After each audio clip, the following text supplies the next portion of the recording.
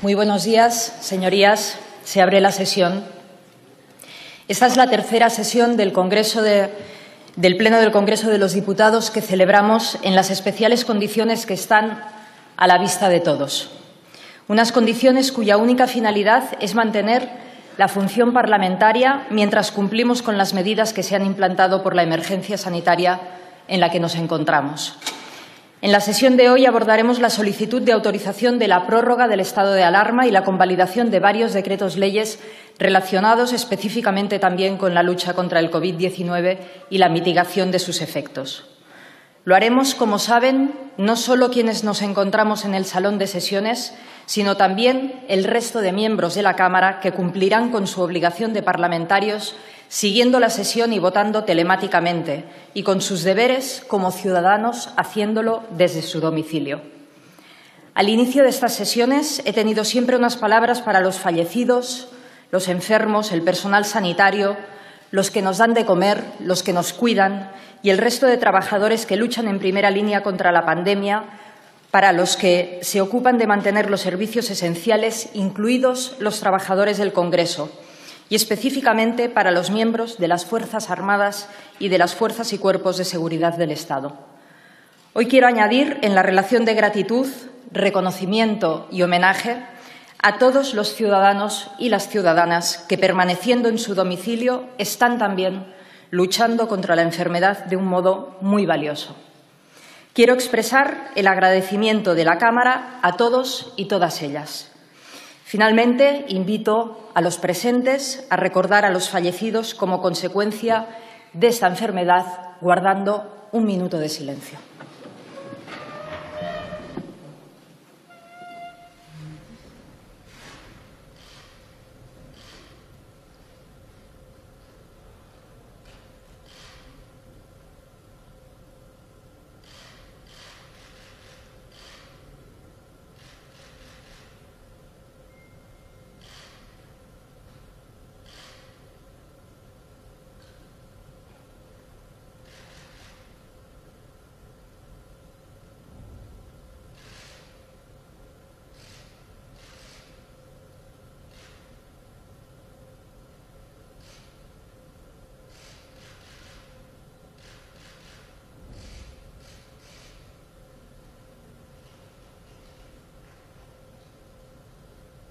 Muchas gracias.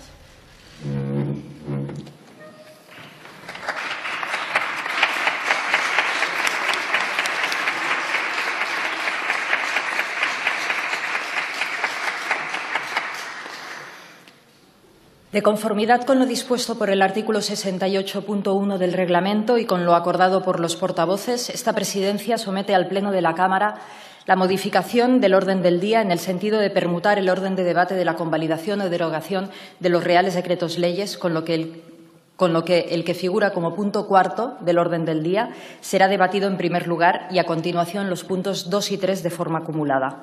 ¿Lo acuerda así la Cámara? En consecuencia, queda aprobada la modificación del orden del día.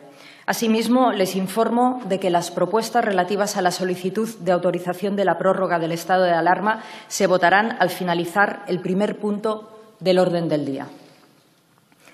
Comenzamos con el debate de la solicitud de autorización de prórroga del estado de alarma declarado mediante Real Decreto 463/2020 de 14 de marzo para la gestión de la situación de crisis sanitaria ocasionada por el COVID-19, prorrogado por el Real Decreto 476/2020 de 27 de marzo. Para exponer las razones que han motivado la solicitud de prórroga, tiene la palabra, en nombre del Gobierno, el señor presidente del Gobierno.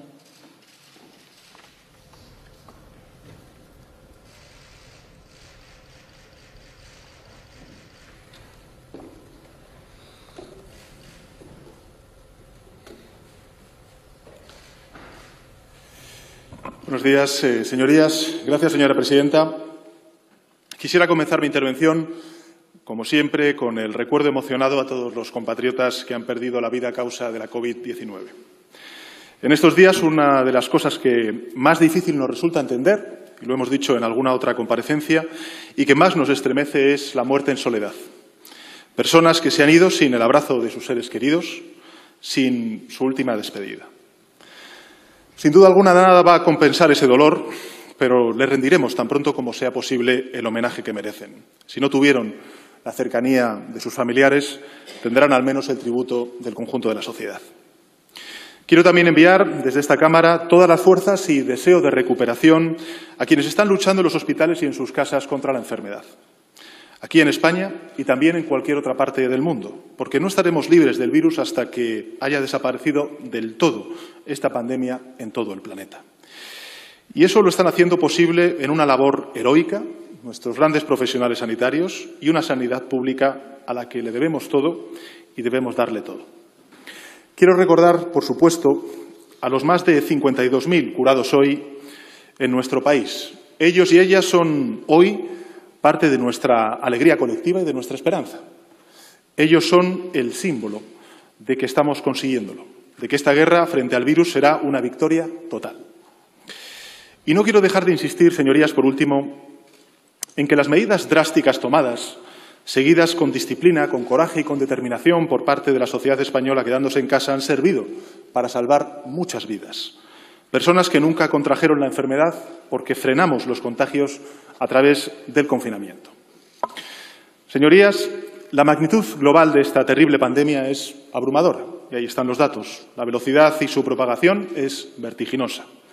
La última vez que subí a esta tribuna, el pasado 25 de marzo, la Organización Mundial de la Salud contabilizaba unas 414.000 personas contagiadas y alrededor de 18.000 fallecidos en todo el mundo. Apenas 2 semanas después, superamos de largo el 1.400.000 infectados en el conjunto del planeta y el coronavirus ha acabado con la vida de más de 80.000 personas en el mundo. La dimensión global es un hecho indiscutible y también el reto para el conjunto de la humanidad. Ya no caben dudas al respecto. Nos enfrentamos a la mayor amenaza para la salud pública del planeta desde la gripe de 1918. Por tanto, son tiempos estremecedoramente extraordinarios que requieren medidas excepcionales. Medidas como la que nos convoca nuevamente hoy aquí al Pleno, la ampliación del estado de alarma. Señorías, comparezco de nuevo en esta Cámara para pedir que todas las fuerzas parlamentarias aquí presentes apoyen el Real Decreto de ampliación del actual estado de alarma aprobado por el Gobierno de España en el Consejo de Ministros último. Es, como saben, la segunda prórroga que solicitamos tras el primer Real Decreto publicado en el Boletín Oficial del Estado el pasado 14 de marzo, una medida, a mi juicio, a nuestro juicio, imprescindible, que recibió el apoyo de la mayoría de los partidos políticos aquí representados y que volvió a ser refrendada el pasado 25 de marzo. Un apoyo que volvemos a solicitar con la seguridad de que sigue siendo una medida esencial para proteger la vida y la salud de nuestros conciudadanos. Contamos con una evidencia incuestionable, señorías, y es que el estado de alarma está funcionando.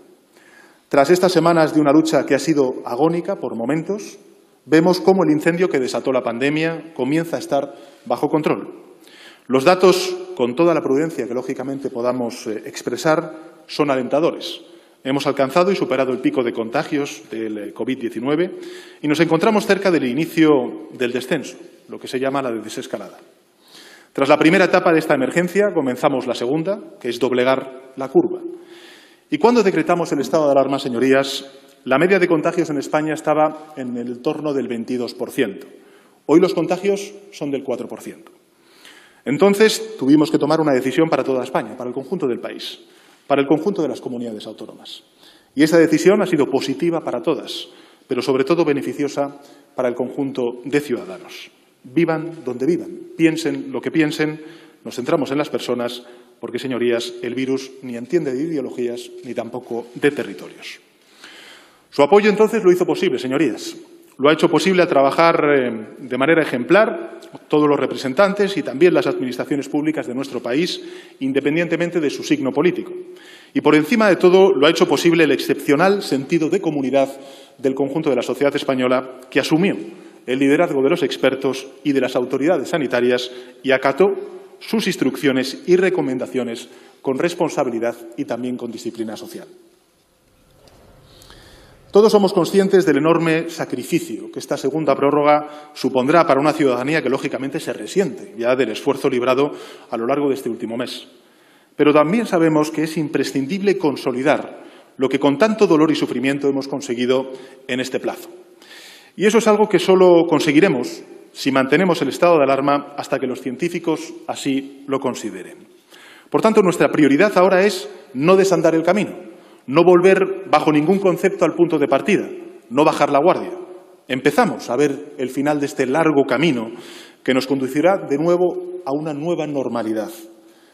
Y tenemos que hacer este nuevo esfuerzo para salir de ese túnel. Señorías, como ya sabemos, España ha alcanzado el pico de máxima tensión de esta emergencia y desde hace unos días hemos comenzado a doblegar la curva de contagios.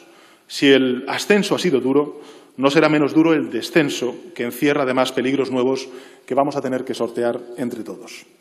El regreso habrá de ser progresivo, necesitaremos una adaptación antes de volver a la normalidad y ni siquiera podemos conocer con precisión todavía qué tipo de normalidad será la que recuperemos, porque posiblemente habrá muchos aspectos de nuestro sistema económico, de nuestro sistema social e incluso de nuestra forma de vivir que deberán ser reformulados para ser más fuertes ante una emergencia como la que sufrimos. Pero eso vendrá, señorías, después, aunque ya llevamos tiempo trabajando en ello. Dentro de poco tocará la llamada desescalada, una transición o regreso gradual que tiene dos objetivos a nuestro juicio. El primero de ellos es seguir protegiendo a la ciudadanía no inmunizada contra el virus, mientras, lógicamente, llegue la vacuna. Encauzar el regreso progresivo, en segundo lugar, hacia la reconstrucción de lo que hemos llamado el plano económico y social. El impacto de esta crisis en nuestro sistema económico, señorías, se está traduciendo, entre otras cuestiones, en pérdida de empleo y destrucción también de nuestro tejido productivo.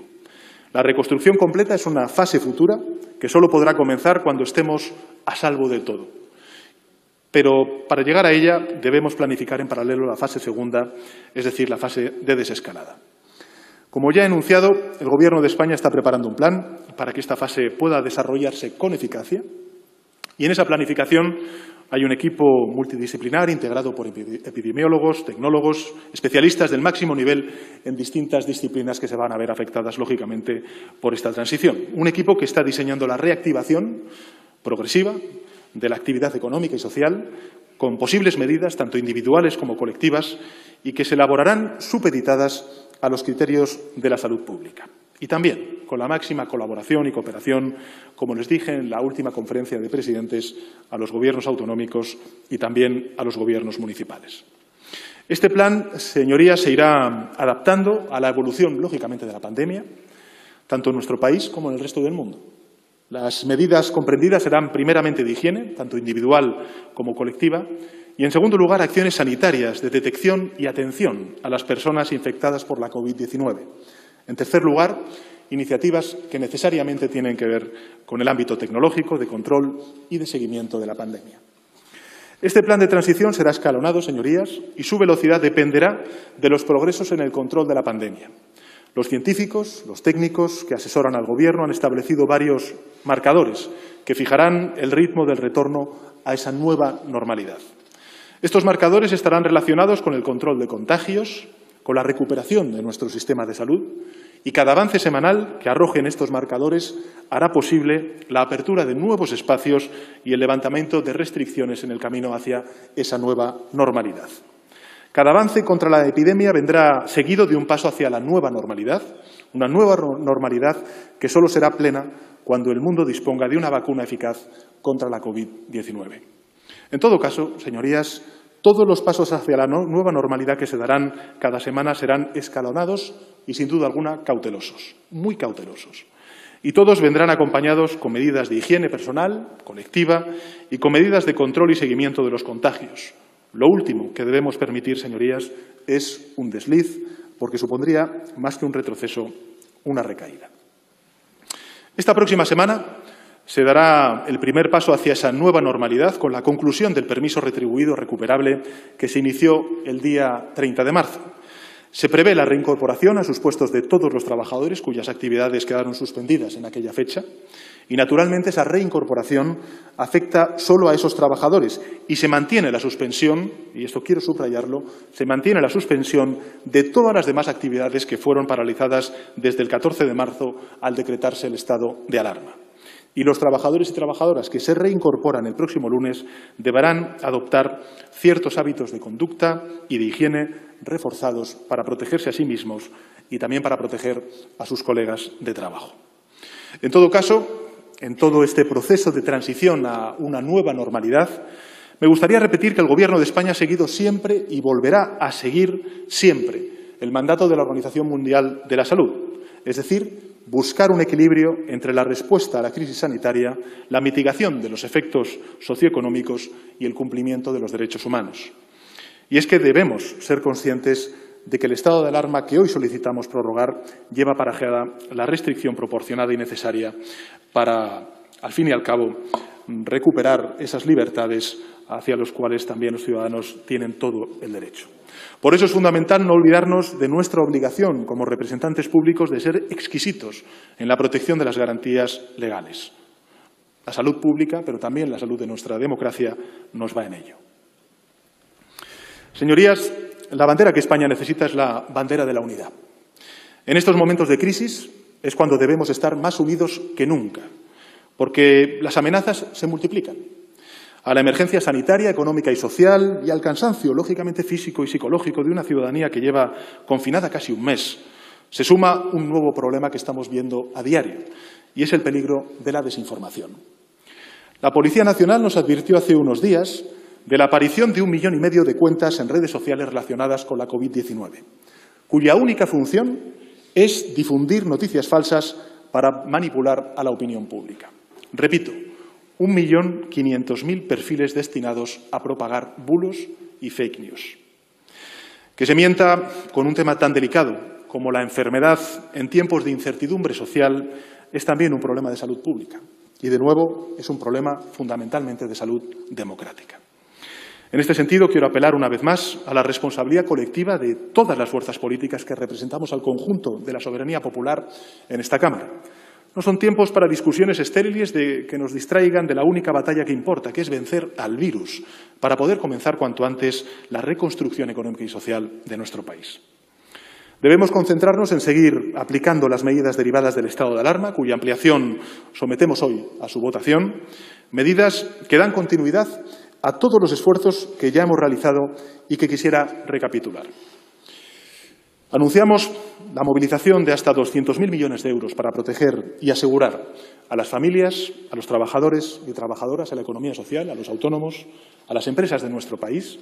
Y hasta el momento el impacto estimado de las principales medidas aprobadas es de 128.828 millones de euros. Repito, 128.288 millones de euros, de los cuales más de 4.600 millones de euros se destinan a cuestiones sanitarias, más de 119.000 millones de euros a medidas económicas, más de 3.400 millones de euros a medidas laborales y más de 1.100 millones de euros a medidas sociales.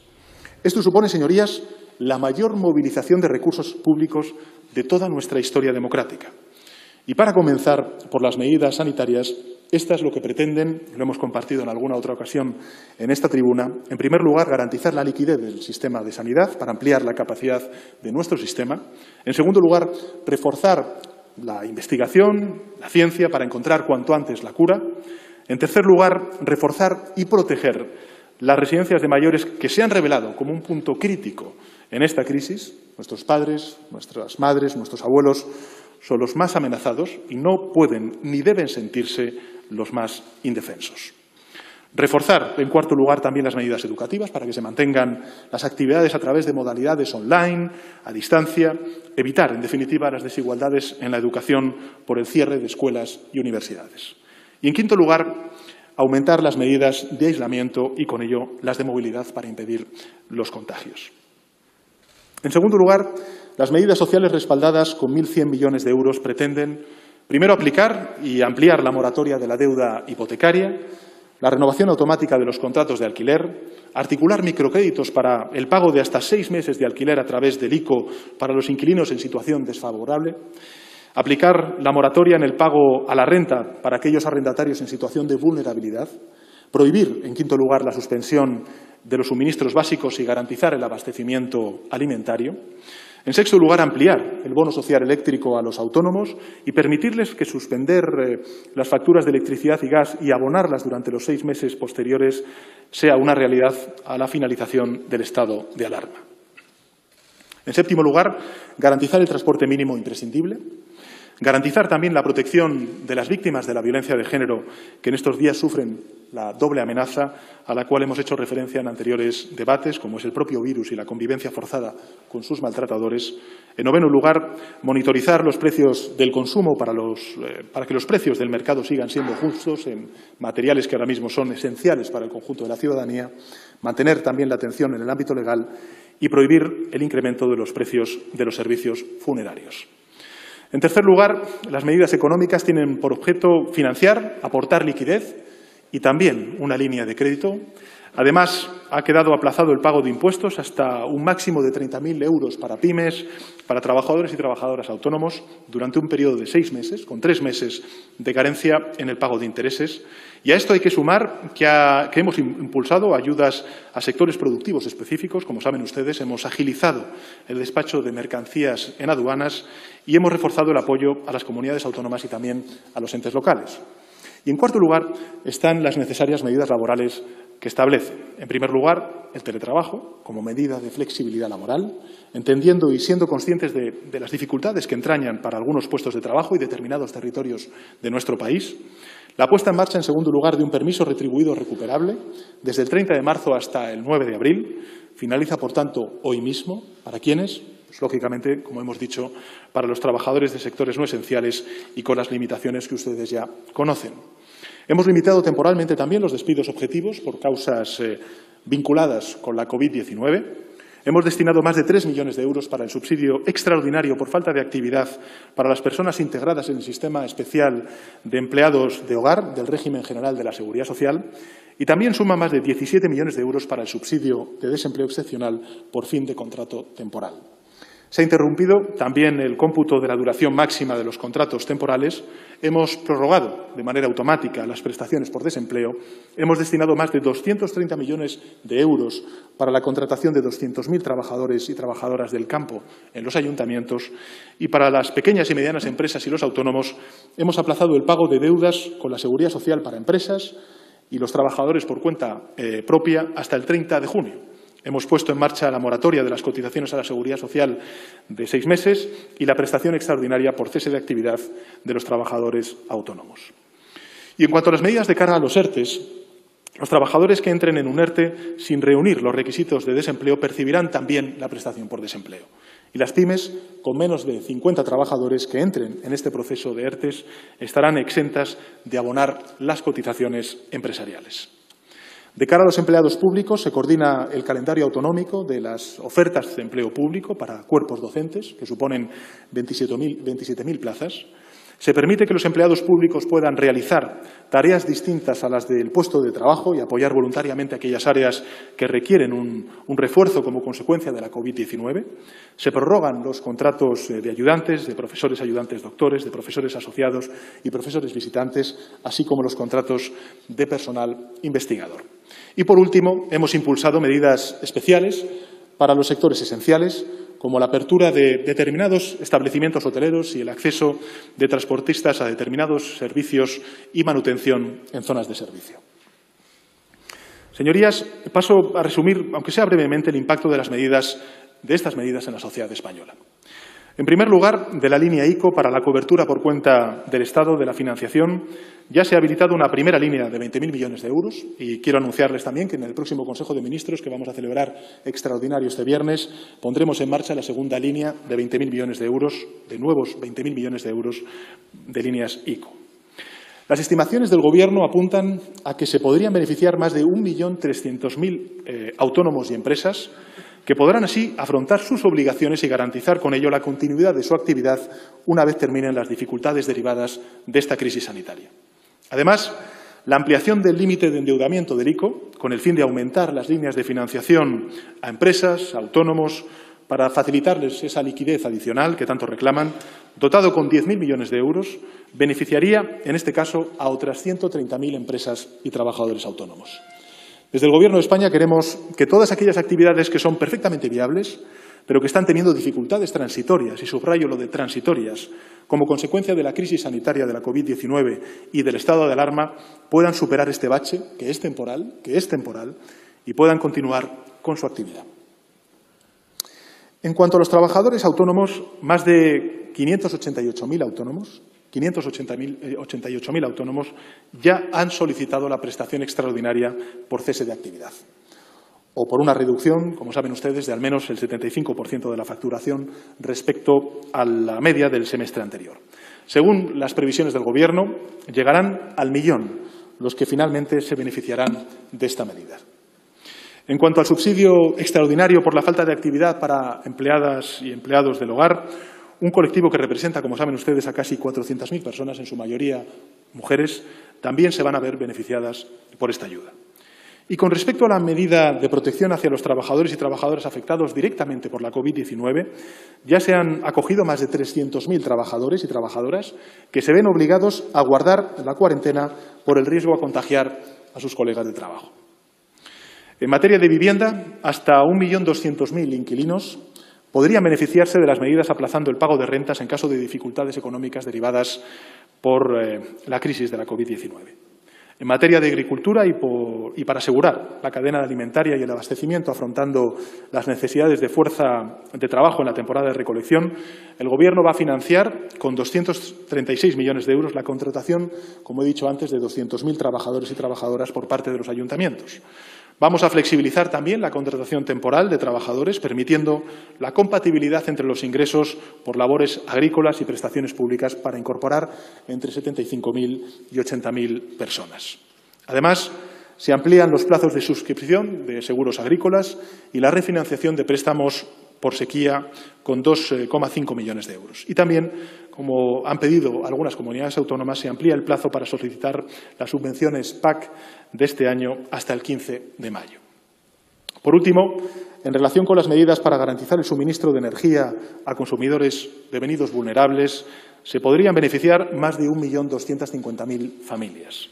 Entre estas medidas hemos procedido, además, a una prórroga del bono social eléctrico durante 6 meses, a la que se van a poder acoger más de 420.000 familias. Señorías, me gustaría insistir en la idea de que todas y cada una de estas medidas que ha tomado el Gobierno tienen una prioridad clara, fundamental, y es superar cuanto antes esta emergencia, reforzando nuestro sistema público, especialmente la sanidad pública, sin dejar a nadie atrás, protegiendo especialmente a los más vulnerables y a quienes sufren una mayor precarización. Señorías, a continuación paso también a informarles de las distintas órdenes, resoluciones e instrucciones que han dictado los 4 ministerios designados como autoridades delegadas competentes y que han sido publicadas en el BOE desde el pasado 25 de marzo, fecha en la que comparecí por última vez en esta Cámara. Por su parte, el ministro de Sanidad ha aprobado un total de 15 órdenes entre las que podemos destacar la que establece las condiciones a la dispensación y administración de medicamentos en el ámbito del Sistema Nacional de Salud, con el fin de asegurar el abastecimiento, la que determina el levantamiento del confinamiento de los municipios de Igualada, de Vilanova del Camí, de Santa Margarida de Montviu y de Òdena, la que prohíbe los velatorios, pospone la celebración de ceremonias fúnebres hasta la finalización del estado de alarma y también limita la subida de precios de los servicios funerarios, la que autoriza el uso de bietanol en geles y soluciones hidroalcohólicas de desinfección de manos, así como la que agiliza el proceso de obtención de licencias para las empresas que se dedican a la fabricación, importación y agrupación o esterilización de productos sanitarios con el fin de garantizar el abastecimiento, y la que ordena a la Secretaría de Estado de Digitalización e Inteligencia Artificial que desarrolle urgentemente, entre otras herramientas de apoyo en la gestión de la crisis sanitaria de la COVID-19, una aplicación informática que permita la autoevaluación de los síntomas y la geolocalización del usuario a los solos efectos de verificar que se encuentra en la comunidad autónoma en la que declara estar. Por su parte, el ministro del Interior ha dictado 4 órdenes, una para prorrogar los controles en las fronteras interiores terrestres restablecidos con motivo de la crisis sanitaria, otra para evitar dudas acerca de la inclusión de los vehículos destinados al desarrollo de determinadas actividades esenciales que no se mencionan de forma expresa en órdenes anteriores y facilitar, en consecuencia, la labor de las fuerzas y cuerpos de seguridad del Estado. Otra para prorrogar las licencias y habilitaciones de armas cuyo periodo de vigencia expire durante el estado de alarma y establecer que durante el primer semestre no se realicen los ejercicios de tiro para el mantenimiento de la aptitud en la conservación, manejo y el uso de las armas por los vigilantes de seguridad. Y la cuarta, para facilitar la matriculación y el cambio de titularidad de determinados vehículos. Por su parte, el ministro de Transportes, Movilidad y Agenda Urbana ha dictado 11 órdenes y 6 resoluciones, y las más relevantes son las siguientes. En primer lugar, la orden que identifica los alojamientos turísticos que se deben considerar esenciales y, por tanto, han de permanecer abiertos. Las órdenes que prohíben los vuelos con Italia hasta la finalización del estado de alarma y prorrogan, en consecuencia, la prohibición de entrada de buques de pasaje procedentes de la República Italiana y de cruceros de cualquier origen. La orden que regula una segunda adquisición y distribución de mascarillas para su posterior distribución al personal que presta sus servicios en el sector del transporte, en áreas de riesgo. La orden que permite reducir la oferta de servicios de transporte de viajeros, con ocasión de la entrada en vigor del permiso retribuible o retribuido recuperable. Y las 2 resoluciones que provienen de la Dirección General de la Aviación Civil para garantizar el servicio de transporte aéreo en determinadas rutas de Canarias y de Palma de Mallorca e Ibiza. Y, por último, la ministra de Defensa ha dictado una orden para suspender temporalmente y con carácter excepcional toda restricción normativa a la impartición de docencia a distancia de las asignaturas que integran los diferentes currículos. Señorías, la acción del Gobierno no acaba, lógicamente, en nuestras fronteras. Uno de los grandes desafíos frente a los que esta pandemia nos ha puesto de frente tiene que ver con Europa, con la Unión Europea. ¿Saben cuál es la idea que siempre ha defendido el Gobierno de España en relación con Europa y de la exigencia de solidaridad que conlleva? Lo extraordinario de esta emergencia exige contundencia, medidas nuevas. De lo contrario, y lo digo además sin matices, nuestra Unión está en peligro. Necesitamos una solidaridad sin fisuras y una prueba fehaciente de que la cohesión que nos define como proyecto comunitario es algo más que una mera retórica. Como presidente del Gobierno de España, de un Gobierno firmemente europeísta, porque la sociedad española es firmemente europeísta, es lo que exijo a la Unión Europea. Y tampoco en esto tenemos tiempo que perder. Es ahora o nunca.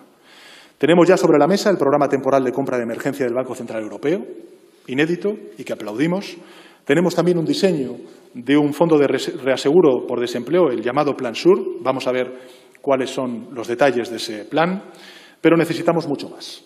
No es suficiente. La reconstrucción de Europa como unión de países es tan importante como la unidad de acción en nuestro propio país. Necesitamos, en consecuencia, señorías, ser exigentes. Necesitamos medidas que respalden el endeudamiento público de muchos Estados, porque esta crisis no tiene culpables. Se trata de una emergencia global y, en consecuencia, de una emergencia europea. Europa tiene que enfrentarse a la COVID como se espera de ella. Tiene que actuar ahora frente a la enfermedad y tendrá que actuar después, movilizando todos los recursos que sean necesarios para hacer efectivo un nuevo plan Marshall. Debemos aprender la lección. La austeridad tras la crisis del año 2008 solo ha traído fragilidad ante el desastre. Ni la austeridad ni los recortes son el camino. No queremos fragilidad, al contrario, queremos fuerza, acción, unidad y libertad para todos. Queremos, en definitiva, la reconstrucción y que esa reconstrucción se inicie por lo que ha sido más frágil desde la época de la austeridad en el año 2008, que es lo público, nuestro estado del bienestar. Los mecanismos financieros que amparen la reconstrucción y reparación de los países tras esta crisis no deben estar regidos por la desigualdad y el castigo ante las supuestas economías menores. Hoy luchamos todos, y lo subrayo, todos ante una misma emergencia, una emergencia sin precedentes. Mañana todos los países habrán de levantarse con el mismo espíritu y apoyo por parte de Europa. Los 27 países. Es ahora cuando Europa ha de ser más Europa que nunca. Es ahora cuando debemos hacerlo unidos, porque de lo contrario la Unión se habrá olvidado de los europeos y con ello, lógicamente, de los españoles. Y, señorías, en esta tarea también les pido su contribución. Todos ustedes tienen voz en Europa a través de sus respectivos partidos hermanos y sus respectivos grupos parlamentarios europeos. Les pido humildemente que la hagan oír. Háganse oír. Les invito a que defiendan España y defiendan Europa. Les emplazo a que hagan ver a sus correligionarios que esta pandemia no tiene distinción entre el norte y el sur, como no distingue tampoco entre gobiernos de izquierdas o de derechas. Es la catástrofe más feroz que ha soportado la humanidad en 3/4 de siglo y Europa no puede mirar hacia otro lado. Los partidos españoles integran partidos europeos y esos partidos europeos tienen voz y tienen influencia en gobiernos nacionales y también en el Parlamento Europeo. Les pido, en consecuencia, que la ejerzan en favor de España y en favor de la Unión Europea. Este es el momento de la unidad de acción, también por parte de esta Cámara, a nivel europeo.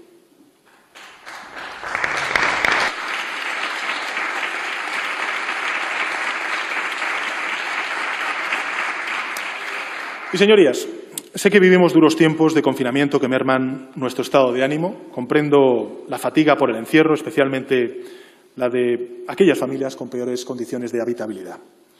Entiendo la preocupación por el futuro, especialmente la de nuestros compatriotas en situaciones de más vulnerabilidad. Pero quiero transmitir dos ideas que me parecen fundamentales en este momento tan crítico. La primera es que nadie será abandonado a su suerte.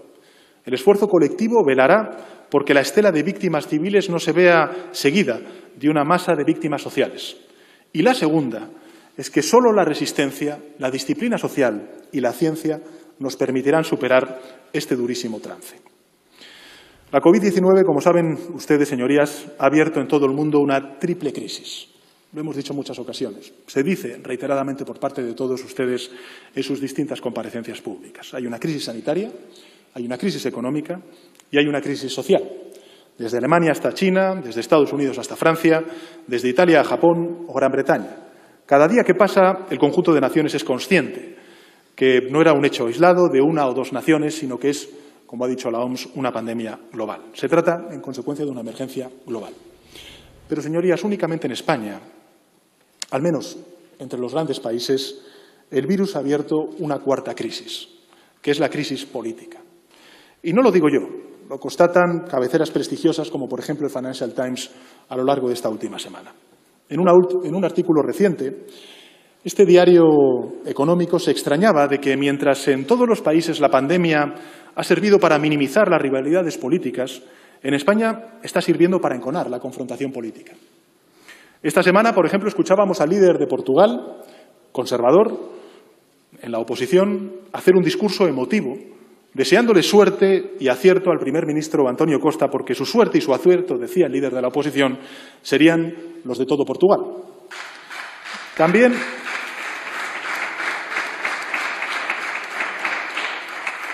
También escuchábamos al nuevo líder laborista británico, apenas elegido, ponerse incondicionalmente al lado del gobierno británico conservador de Boris Johnson, a quien aprovecho, por cierto, para desearle una curación rápida y completa. Mientras nuestros sanitarios combaten en primera línea, señorías, mientras nuestros agentes y militares se emplean a fondo, mientras nuestros agricultores, el personal dependiente de las pequeñas y grandes superficies nos alimentan, mientras nuestras familias se aíslan para protegerse, yo creo que debemos estar unidos como lo están ellos y ellas. Nadie entiende que esto no sea así. Somos, antes que nosotros, los representantes de todos los españoles, Piensen lo que piensen. Por eso les pido humildemente unidad y lealtad. Fíjense, el director regional de Europa de la Organización Mundial de la Salud, Hans Kluge, concluyó la semana pasada la misión encargada por dicha organización para analizar la situación en nuestro país en términos de respuesta a la COVID-19. Para que no quepa lugar a interpretaciones, cito textualmente sus palabras después de terminar esa misión. Dijo él: estoy profundamente impresionado con el heroísmo de los profesionales que están en la línea del frente, con la solidaridad del conjunto del pueblo español y con la inspiradora capacidad de resolución del Gobierno. Y continuaba el director regional de la OMS en Europa: siento un optimismo prudente como resultado de las medidas audaces, los enfoques innovadores y las decisiones valientes del ministro de Sanidad, Salvador Illa. El director mundial de la Organización Mundial de la Salud reiteró esas palabras y, por tanto, señorías, no pido que suscriban estas palabras la oposición, solo pido humildemente unidad y lealtad. Es evidente que el mundo, que Europa, pues todos hemos llegado tarde, que todo Occidente ha llegado tarde y que España no es una excepción. Pero si España destaca en algo, sería por 4 motivos que me gustaría compartir con todos ustedes. En primer lugar, España es el país que primero tomó medidas de confinamiento en todo Occidente. El primero. Lo hicimos con solo 120 fallecidos, muy por delante de los demás países. En segundo lugar, España es uno de los países que mayor número de pruebas por habitante está realizando y creciendo. 20.000 al día de promedio. En tercer lugar, España es el país de Occidente que más lejos ha ido en las medidas de confinamiento, porque lo que anunciamos, señorías, lo ejecutamos. Y, por último, España es el país que facilita más información, el único que notifica todos los positivos, no solo los hospitalizados, todos los positivos, todos los fallecidos diagnosticados, todos los ingresos en la UCI y todas las altas. Toda Europa, señorías, llegó tarde, pero España actuó antes. No les pido que lo suscriban. Lo único que pido a la oposición es unidad y lealtad.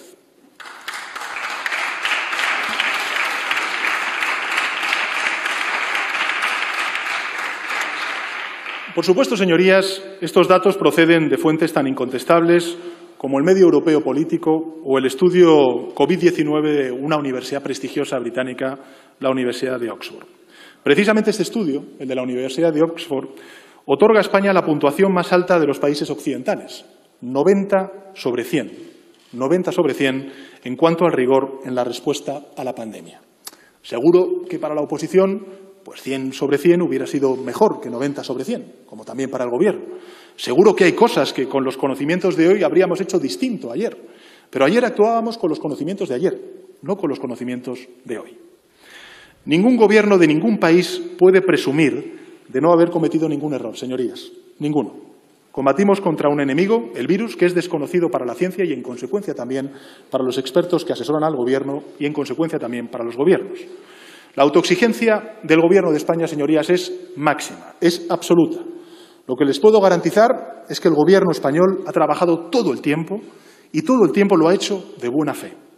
Ha trabajado con toda su energía, con todos sus medios, con el consejo de los mejores expertos que tiene nuestro país.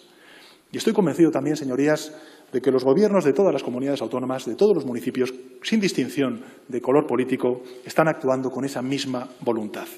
Por tanto, señorías, no reclamo reconocimiento. Todo lo que reclamo a sus señorías es unidad y lealtad. El director general de la OCDE, Ángel Gurría, fue esta misma semana muy claro sobre la pandemia, la economía y también nuestro país. Dijo textualmente lo siguiente: estamos ante una situación inédita y hay que tomar medidas inéditas.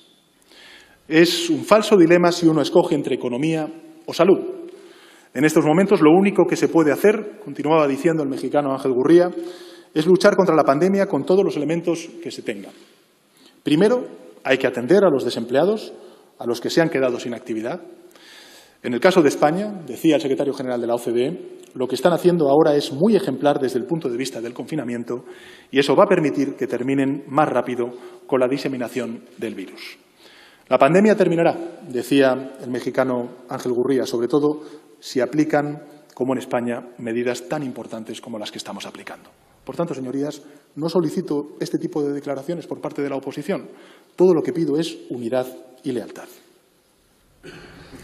Señorías, nuestro país vive momentos extremos y la crisis sanitaria que estamos solamente empezando a reconducir viene acompañada de una gran crisis económica y social que ya estamos empezando a sentir. Toda Europa, todo Occidente, se pregunta si ha reaccionado tarde a la crisis sanitaria. Tiempo habrá de comprender qué debe mejorarse y debe evitarse para que vuelva a suceder una pandemia de estas características. Pero lo que no podemos permitirnos es llegar tarde a la crisis económica y social que tenemos ya encima. Necesitamos reaccionar pronto y debemos hacerlo, además, unidos, todos y todas. Y en ese sentido, hice la propuesta de unos nuevos pactos de la Moncloa que formulé el pasado sábado y que quiero reiterar hoy, aquí y ahora, solemnemente, ante esta Cámara.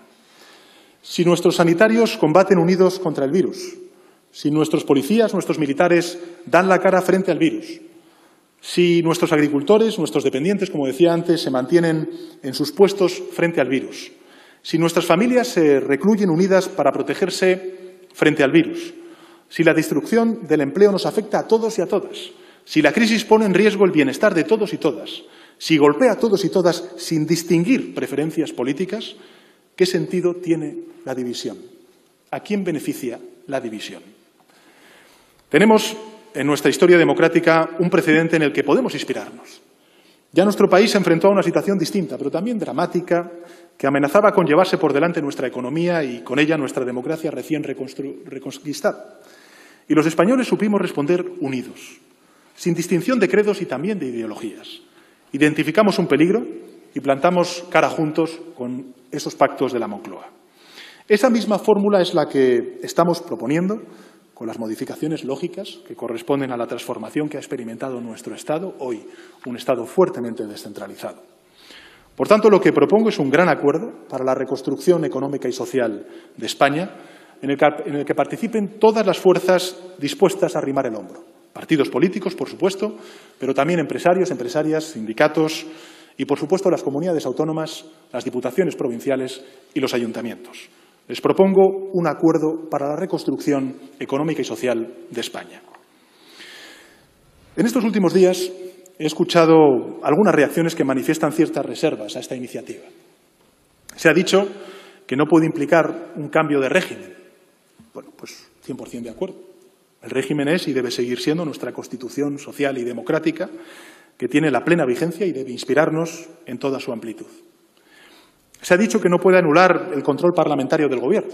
Totalmente de acuerdo. Plena vigencia del control parlamentario. Se ha dicho que no puede restar transparencia informativa. Absoluta conformidad.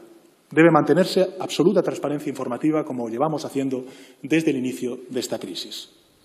Se ha dicho que no puede excluir a nadie. Perfecto. Están invitados todos quienes estén dispuestos a arrimar el hombro, como he dicho antes, y quieran hacerlo. Se ha dicho que se desconfía de la sinceridad de la propuesta. Pues bien, reitero la propuesta de corazón. Y la expreso además formalmente en esta Cámara con toda la solemnidad ante los representantes legítimos que son ustedes de todos los españoles. Señorías, en esta crisis, que ya se ha hecho desgraciadamente dilatada para muchísimos ciudadanos, he debido dirigirme en varias ocasiones a nuestros conciudadanos como responsable del Gobierno de España. Y cada vez que lo he hecho he repetido las mismas palabras: sacrificio, resistencia y moral de victoria. Y los españoles están demostrando, más allá del color político y la preferencia de gobierno que tengan, que saben responder con sacrificio, con resistencia y con moral de victoria. Por tanto, señorías, les convoco formalmente, por ello, la próxima semana a una primera reunión a todas las fuerzas políticas que quieran participar de este gran acuerdo económico y social para la reconstrucción de nuestro país. Integraremos en este acuerdo a los agentes sociales, a los presidentes autonómicos y a las fuerzas políticas que estén dispuestas a arrimar el hombro. Todos estamos llamados a esos pactos. Hoy aquí, en esta Cámara, que congrega a los representantes legítimos, solo les pido lo que he venido repitiendo durante este último tramo de mi intervención: unidad y lealtad, que es la forma en la que los responsables políticos podemos contribuir al sacrificio, a la resistencia y a la moral de victoria que están demostrando el conjunto de nuestro pueblo. Y finalizo con una pregunta, señorías, hoy aquí y ahora. ¿Están dispuestos? Yo lo estoy. Solo les pido lo que les puedo ofrecer: unidad y lealtad. Gracias. Muchas gracias, señor presidente.